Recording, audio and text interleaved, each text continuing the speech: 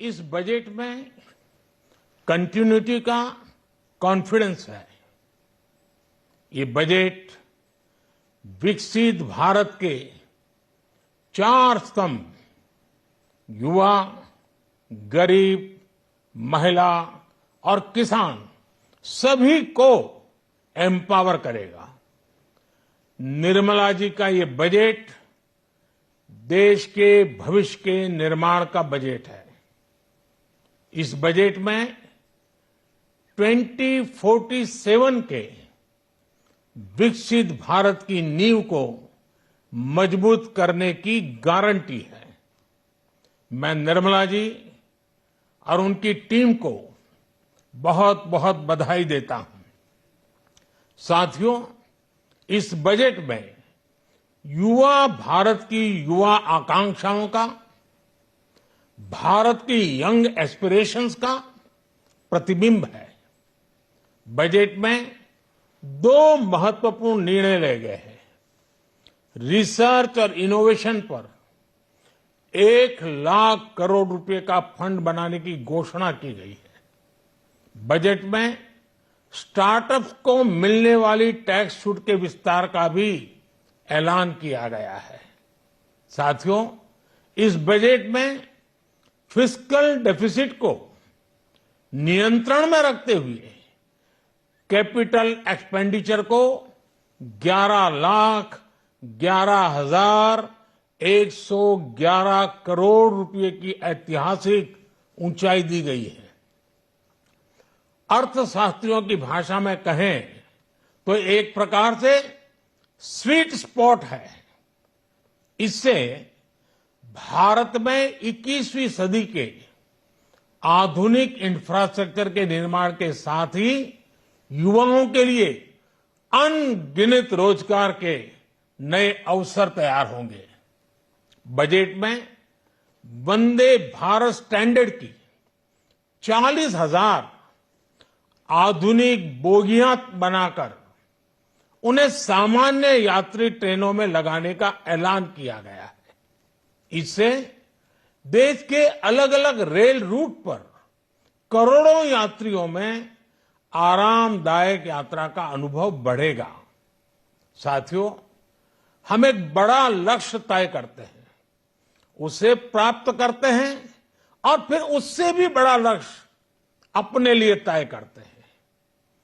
गरीबों के लिए हमने गांवों और शहरों में 4 करोड़ से अधिक घर बनाए।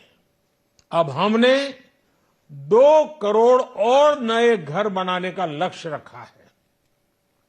हमने 2 करोड़ महिलाओं को लखपति दीदी बनाने का लक्ष्य रखा था। अब इस लक्ष्य को बढ़ाकर 3 करोड़ लखपति दीदी बनाने का कर दिया गया है। आयुष्मान भारत योजना ने गरीबों की बहुत मदद की है। अब आंगनवाड़ी और आशा वर्कर, उन सबको इस योजना का लाभ मिलेगा।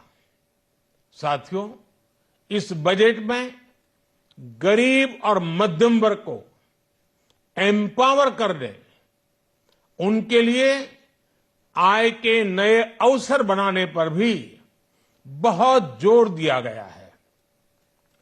रूफटॉप सोलर अभियान में 1 करोड़ परिवारों को सोलर रूफटॉप के माध्यम से मुफ्त बिजली प्राप्त होगी।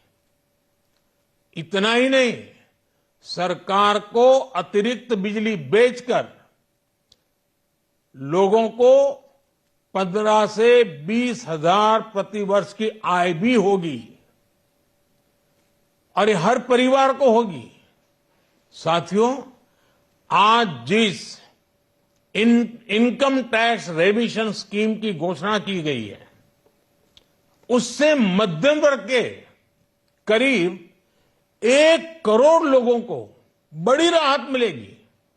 पिछली सरकारों ने सामान्य मानवी के सिर पर दशकों से ये बहुत बड़ी तलवार लटका कर रखी थी।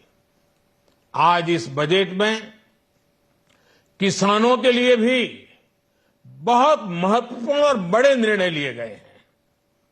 नैनो डीएपी का उपयोग हो, पशुओं के लिए नई योजना हो, पीएम मत्स्य संपदा योजना का विस्तार हो और आत्मनिर्भर ऑयल सीड अभियान हो।